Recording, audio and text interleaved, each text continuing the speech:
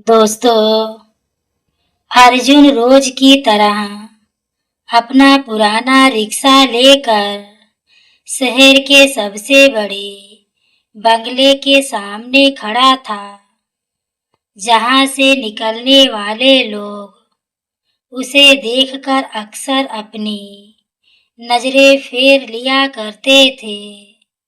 उसके फटे हुए कपड़े और साधारण जीवन को देखकर कोई नहीं समझ सकता था कि उसकी आंखों में कितने बड़े सपने और कितनी गहरी समझ छिपी हुई है। उसी आलीशान बंगले में रहती थी अवंतिका, एक करोड़पति उद्योगपति की इकलौती बेटी, जिसकी जिंदगी में किसी भी चीज की कमी कोई नहीं थी। एक सुबह जब अवंतिका किसी जरूरी मीटिंग के लिए निकल रही थी, तभी उसकी महंगी कार बंगले के बाहर अचानक बंद हो गई और लाख कोशिशों के बाद भी दोबारा स्टार्ट नहीं हुई। समय तेजी से निकल रहा था और मीटिंग छूटने का डर उसके चेहरे पर साफ दिखाई देने लगा था। लेकिन तभी सामने से अर्जुन अपना रिक्शा लेकर आया और बोला, अगर आपको जल्दी पहुंचना है तो मैं छोड़ देता हूँ। मजबूरी में अवंतिका को पहली बार अपनी लग्जरी कार छोड़कर एक साधारण रिक्शे में बैठना पड़ा, और वही वह पल था जिसने उसकी जिंदगी की दिशा बदलनी शुरू कर दी।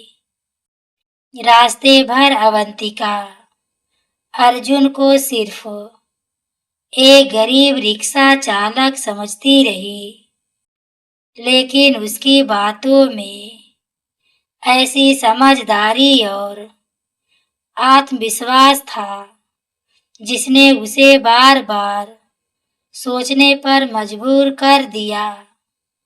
जब मंजिल आ गई और अवंतिका ने पैसे निकालकर उसकी ओर बढ़ाए,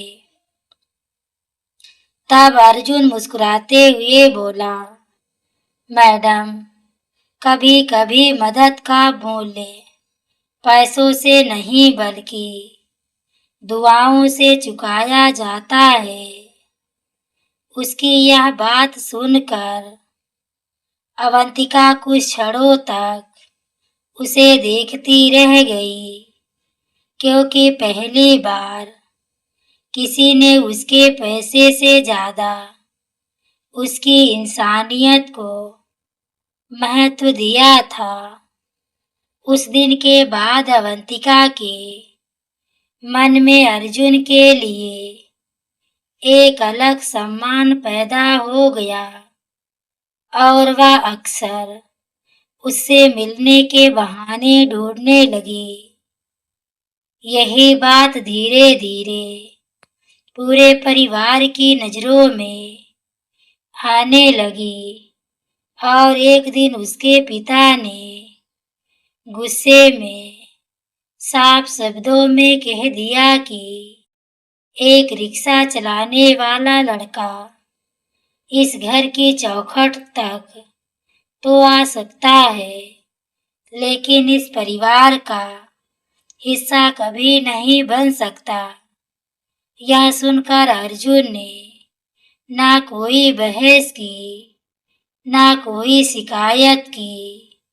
उसने सिर्फ मुस्कुराकर इतना कहा कि इंसान की पहचान उसकी आज की हालत से नहीं, बल्कि उसके इरादों से होती है। उसकी यह बात सुनकर वहां मौजूद लोग हंस पड़े, लेकिन किसी को यह अंदाजा नहीं था कि आने वाला समय उन्हीं लोगों की सोच को बदलने वाला है। अर्जुन के अचानक गायब हो जाने के बाद अवंतिका की जिंदगी बाहर से भले ही सामान्य दिखाई देती थी, लेकिन उसके दिल के भीतर एक ऐसा खालीपन पैदा हो चुका था जिसे कोई भर नहीं पा रहा था। हर सुबह वह बंगले की बालकनी में खड़ी होकर उसी सड़क की ओर देखा करती थी जहां कभी अर्जुन अपने रिक्शे के साथ मुस्कुराता हुआ दिखाई देता था। समय धीरे धीरे आगे बढ़ता रहा, लेकिन अर्जुन की कोई खबर नहीं मिली और आखिरकार लोगों ने मान लिया कि वह उनकी जिंदगी से हमेशा के लिए जा चुका है। उधर अवंतिका के पिता ने भी राहत की सांस ली, क्योंकि उन्हें लगता था कि उनकी बेटी अब उस गरीब लड़के को भूल जाएगी और परिवार की प्रतिष्ठा पर मढ़ा रहा खतरा खत्म हो जाएगा। लेकिन सच्चा लगाव समय के साथ कम नहीं होता, बल्कि और गहरा होता है। और अवंतिका के साथ भी कुछ ऐसा ही हो रहा था।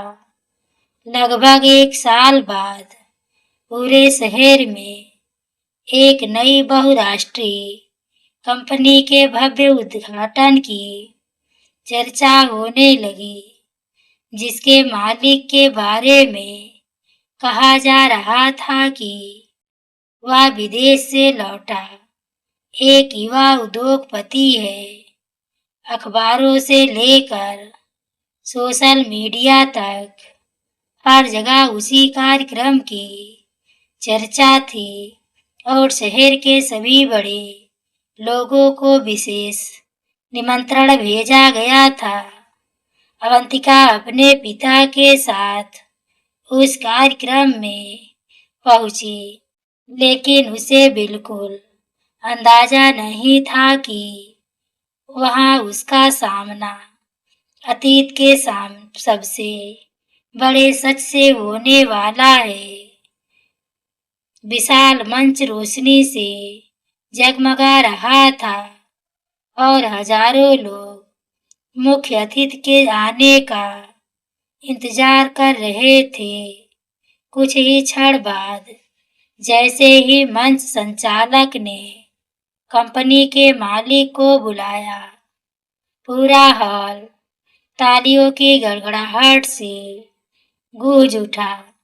लेकिन अगले ही पल वहां मौजूद लोगों के चेहरे हैरानी से भर गए, क्योंकि मंच पर आने वाला व्यक्ति कोई और नहीं बल्कि अर्जुन था। महंगे सूट, आत्मविश्वास भरे व्यक्तित्व और शानदार पहचान के साथ खड़ा अर्जुन आज पहले से बिल्कुल अलग दिखाई दे रहा था। अवंतिका की आंखें नम हो गई, क्योंकि जिस इंसान को दुनिया ने गरीब समझकर ठुकराया था, वह आज सफलता की नई मिसाल बनकर सामने खड़ा था। उसके पिता का चेहरा शर्म से झुक गया, क्योंकि उन्हें अपने द्वारा कहे गए अपमानजनक शब्द याद आने लगे थे। अर्जुन ने मंच से बोलना शुरू किया तो पूरा हॉल एकदम शांत हो गया और हर व्यक्ति उसकी बात सुनने के लिए उत्सुक हो उठा। उसने बताया कि वह जन्म से गरीब नहीं था, बल्कि एक बड़े उद्योगपति परिवार का उत्तराधिकारी था, जिसने अपनी असली पहचान छिपाकर आम लोगों की जिंदगी को करीब से समझने का फैसला किया था।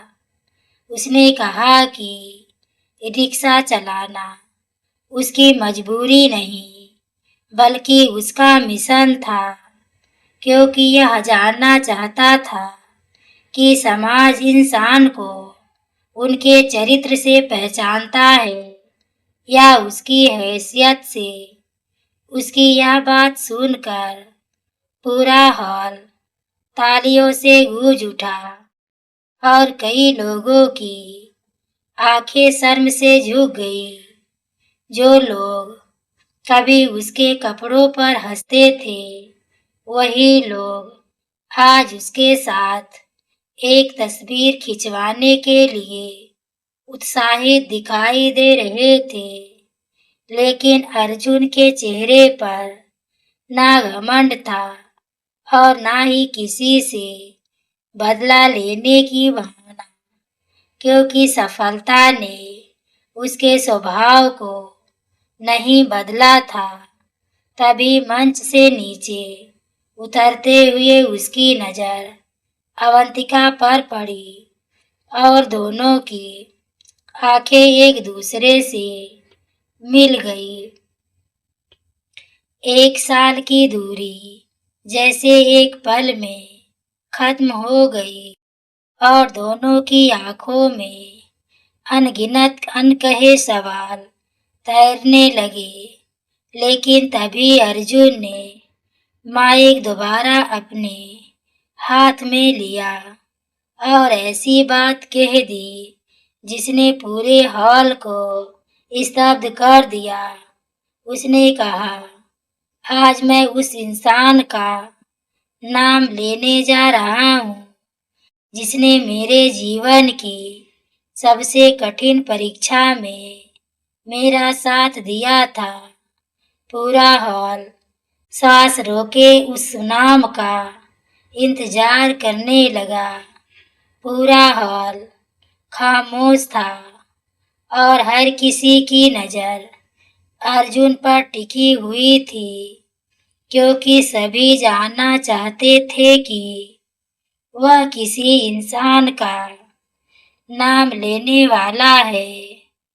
अर्जुन ने कुछ क्षण रुककर गहरी सांस ली और फिर मुस्कुराते हुए कहा, जिस इंसान ने मेरी पहचान नहीं बल्कि मेरे व्यक्तित्व को महत्व दिया, उसका नाम अवंतिका है।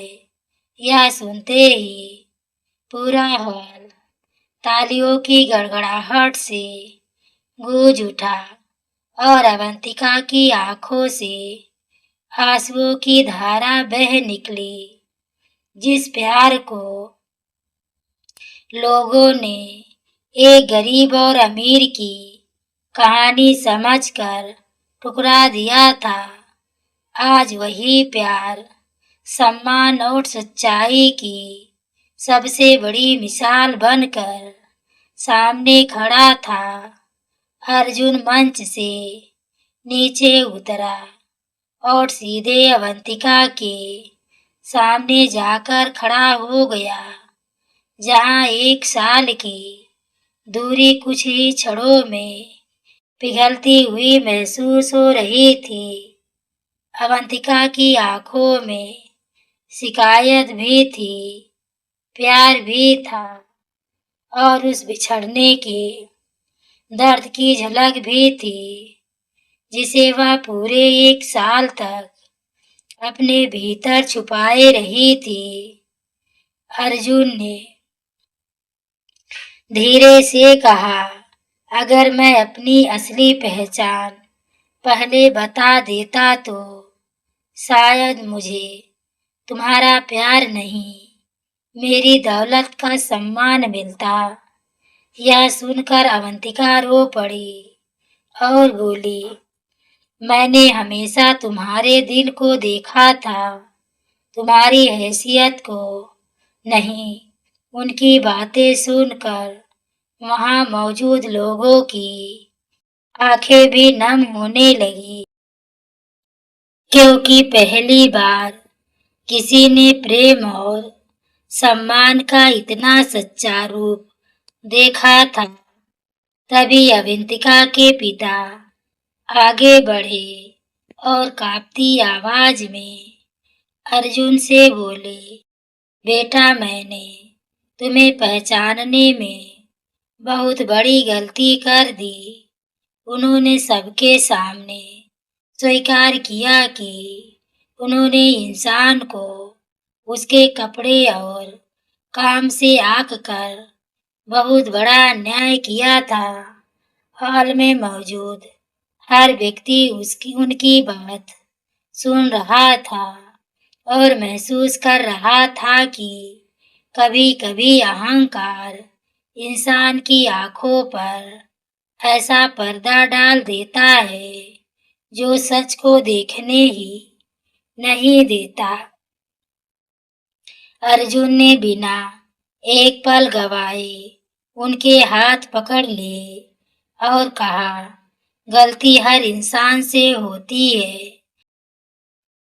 यह सुनते ही अवंतिका के पिता की आंखें भर आई और उन्होंने अर्जुन को गले से लगा लिया। पूरा हॉल तालियों से गूंज उठा और यह दृश्य वहां मौजूद हर व्यक्ति के दिल में हमेशा के लिए बस गया। कुछ महीनों बाद पूरे शहर में उस शादी को देखा जिसकी कभी किसी ने कल्पना भी नहीं की थी। उस शादी में बड़े उद्योगपति भी मौजूद थे और वे रिक्शा चालक भी, जिनके साथ अर्जुन कभी सड़कों पर खड़ा हुआ करता था। अर्जुन ने अपनी सफलता के बावजूद अपने पुराने साथियों को नहीं बुलाया और यही बात उसे सबसे अलग बनाती थी। शादी के दिन उसने अपने सभी मेहमानों से सिर्फ एक बात कही कि इंसान की कीमत उसकी जेब से नहीं बल्कि उसके चरित्र से लगाई जानी चाहिए। उसकी यह बात सुनकर कई लोगों की सोच बदल गई और कई लोगों ने पहली बार समझा कि असली अमीरी बैंक बैलेंस में नहीं बल्कि दिल की दौलत में होती है। अवंतिका ने मुस्कुराते हुए अर्जुन का हाथ थामा और महसूस किया कि उसने सिर्फ एक जीवन साथी नहीं बल्कि एक ऐसा इंसान पाया है जो हर परिस्थितियों में अपने मूल्यों के साथ खड़ा रहता है।